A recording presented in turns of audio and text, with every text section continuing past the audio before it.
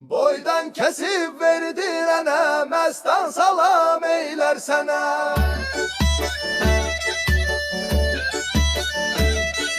Həsrətdə qaldın giyməyə, barı yəhərdən işkənə.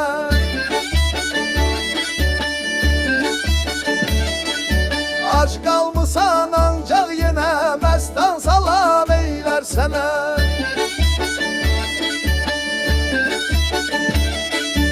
Oyaq olan bu dövrdə sayma səni danzelinə.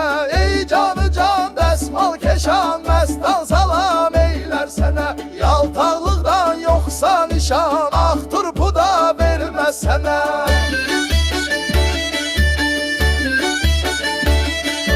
Səbrin çatıb xirdəyinə, məstan salam eylər sənə.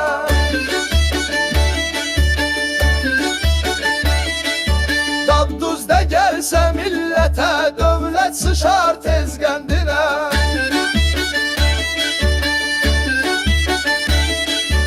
Ey can hamı səssiz qalıb, məstan salam eylər sənə. Ancaq badım canay salıb, ondan da pay qalmaz sənə.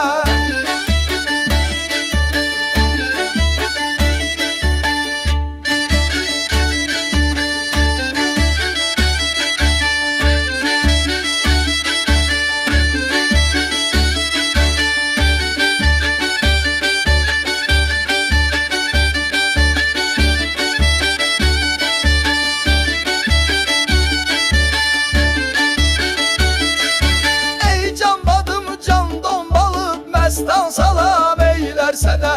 Millət demə ətəl qalıb, beklə gələr növbə sənə. Saqi şəhərdən kəndinə, məstan salam eylər sənə.